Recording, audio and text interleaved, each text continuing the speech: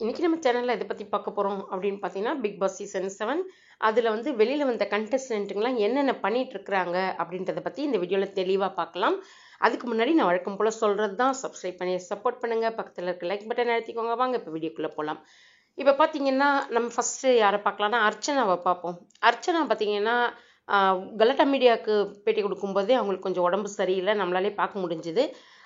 அதனால அவங்க வந்து நிறைய பேட்டிகள் வந்து வர முடியல அப்படின்னு சொல்லிட்டு அவங்களே சொல்லியிருந்தாங்க. ஆனால் இப்போ கொஞ்சம் ரெக்கவர் ஆயிட்டாங்க போல இருக்கு. அதனால நிறைய கடைகள் திறப்பு விழாக்களுக்கு போகிறத வீடியோவாக போட்டிருக்கிறாங்க. அதையும் நம்மளால் பார்க்க முடிஞ்சுது. நிறைய கடைகள் இப்போ கூட போயிட்டு ஒரு பியூட்டி பார்லர் ஏதோ ஒரு ஓப்பன் பண்ணியிருக்காங்க. அதுக்கு முன்னாடி ஒரு 2 days பிஃபோர் கூட ஏதோ ஒரு கடைக்கு போயிட்டு அதையும் ஓப்பன் பண்ணி கொடுத்துருக்குறாங்க. நிறைய ஃபேன்ஸ் பார்த்துருக்குறாங்க. பட் இன்னும் ஃபேன்ஸ் மீட்டெல்லாம் வைக்கல. கூடிய விரைவில் வைப்பாங்க போல இருக்கு. ஏன்னா இந்த பிபி கொண்டாட்டம் முடிஞ்ச பிறகு மேபி வைக்கலாம்.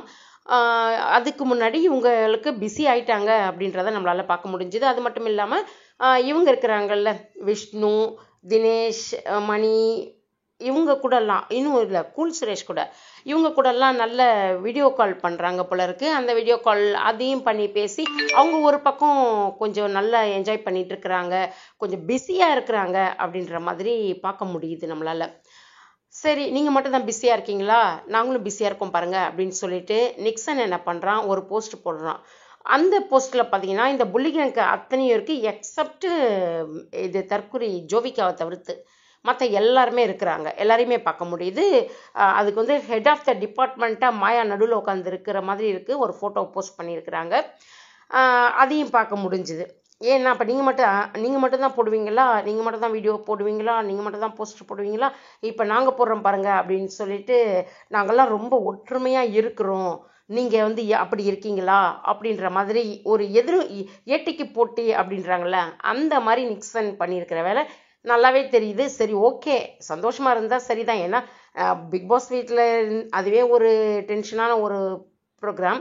அந்த வீட்டுக்குள்ளேயே அந்த சர்வை பண்ணி வெளியில் வந்துட்டு நீங்கள் ஒன்றா இருக்கிறீங்க அப்படின்றது பாராட்டுதலுக்கான விஷயம்தான். இருந்தாலும் நீங்கள் ஏன் ஒன்றா இருக்கீங்க அப்படின்றத தெரிஞ்சிக்க முடியாத அளவுக்கு மக்கள் ஒன்றும் முட்டாள்கள் இல்லை. இதே மாயா ஏதாவது ஒரு இந்த வாக்குறுதி தான், நான் உங்களுக்கெல்லாம் சினிமாவில் சான்ஸ் வாங்கித்தரேன், அது வாங்கித்தரேன், இது வாங்கித்தரேன் அப்படின்னு சொன்ன அந்த பொய்யான வாக்குறுதிகளை நம்பி இந்த கூட்டங்கள் உட்காந்துட்டு இருக்கு. இதுங்க சுயமாக ஏதாவது செய்தாலே கொஞ்சம் ஓரளவுக்கு வாழ்க்கையில் அடுத்த கட்டத்துக்கு போகலாம். ஆனால் மாயாவை நம்பி உட்காந்துருக்கிறது மண் குதிரையை நம்பி உட்காந்துருக்க மாதிரி தான்ன்றது இதுங்களுக்கு இன்னும் ஒரு வருஷம் போன பிறகு தான் தெரிய போகுது. அப்போ தான் தெரியும். எப்படியாவது போட்டு நல்லா இருந்தால் சரி அப்படின்ற மாதிரி தான் நம்ம சொல்ல தோணுது நமக்கு. ஏன்னா இவங்கள மாதிரி நம்மளும் இருக்கக்கூடாது, அந்த மாதிரி பாயிண்ட் ஆஃப் வியூவில் யோசிக்க கூட கூடாது. பரவாயில்ல, அர்ச்சனா இவங்களுடைய கேங் வந்து ஓரளவுக்கு நல்லாவே சில விஷயங்களில் நிறைய பிஸியாக இருக்காங்க அப்படின்னு பார்க்க முடியுது. இன்னும் விஷ்ணு விஜய் கூட என்ன பண்ணியிருக்கிறாரு, இது விஜய் டிவியில் வந்து ஒரு ப்ரோக்ராம் வரப்போகுது, அந்த ப்ரோக்ராமில் வந்து பார்ட்டிசிபேட் பண்ண போகிறார் போல இருக்குது. அவரும் ஓரளவுக்கு எல்லாருக்குமே நிறைய வாய்ப்புகள் அதாவது இப்போ நம்ம டீமாக தான் சொல்லணும். இப்போ ஏ டீம் புள்ளி கேங்க்கு, பி டீம் இவங்க. பி டீமில் இருக்கிறவங்களுக்கு ஓரளவுக்கு எல்லாருக்குமே கொஞ்சம் வாய்ப்புகள் வந்துட்டுருக்குன்றத அவங்க போடுற வீடியோக்கள் மூலமாக பார்க்க முடிஞ்சுது. பட்டு இந்த புள்ளி கேங்குக்கு வாய்ப்புகள் எதுவும் வரல போல இருக்குது. ஆனால் நாங்கள் ரீயூனியன் படிக்கிறோம், நாங்கள் ஒற்றுமையாக இருக்கிறோம் அப்படின்னு சொல்லிட்டு அந்த ஒரு போஸ்ட் மட்டும்தான் இவங்களால போட முடியுது. அதை பார்க்கறது தான் செய்கிறோம் நம்மளும். இனி அதாவது எண்ணங்கள் நல்லா இருக்கிற பட்சத்தில் தானாகவே எல்லாமே தேடி வரும். எண்ணங்கள் சுத்தமாக இல்லைன்னா நம்மளே தேடி போனால் கூட நமக்கு அது செட் ஆகாது அப்படின்றது இவங்க புரிஞ்சிக்கக்கூடிய காலம் வெகு தொலைவில் இல்லை அப்படின்றத தான் பார்க்க முடியுது. விசித்ரா கூட வந்து ஃபேன் மீட்டுக்கு அரேஞ்ச் பண்ணியிருக்காங்க. அவங்களும் அப்படி தான் 2 நாளாக வந்து ஒரு சேனலுக்கு பேட்டி கொடுத்தாங்க. அந்த சேனல்லையும் வந்து ரொம்ப தெளிவாக அப்படியே சொல்லிட்டாங்க அப்படின்ட்டுலாம் கிடையாது. அதுலேயும் கொஞ்சம் தற்பெருமையாக தான் பேசிகிட்டு இருந்தாங்க. இப்போ ஃபேன் மீட் வைக்கலாம் அப்படின்னு சொல்லிட்டு டைமிங் கொடுத்துருக்காங்க போல இருக்குது. ட்விட்டர் ஸ்பேஸில் இருக்கிறவங்க வந்து கண்டிப்பாக போவாங்க போல இருக்குது. போயிட்டு அவங்க என்ன கேட்குறாங்க, அதுக்கு அவங்க என்ன பதில் சொல்கிறாங்க, அவங்க தரப்புலேருந்து என்ன பதில் வருது அப்படின்றத நம்ம பொறுத்திருந்து தான் பார்க்கணும். சனிக்கிழமை தான் அவங்க அரேஞ்ச் பண்ணியிருக்கிறாங்க. சரி, பார்க்கலாம் என்ன பண்ண போகிறாங்க அப்படின்னு சொல்லிட்டு. எப்படியோ எல்லாருமே வந்து பிக் பாஸ் அப்படின்ற அந்த மேடையை வந்து ஒரு நம்மளுடைய வாழ்க்கையினுடைய அடுத்த கட்டத்துக்கு நம்ம எடுத்துகிட்டு போனோம், அது வந்து நமக்கு வாய்ப்புகள் வரணும், இதுக்கெல்லாம் ஒரு பிளாட்ஃபார்ம் மாதிரி தான் இந்த பிக் பாஸ் இருக்குது அப்படின்னு சொல்கிறாங்க, எல்லாருமே சொல்கிறாங்க.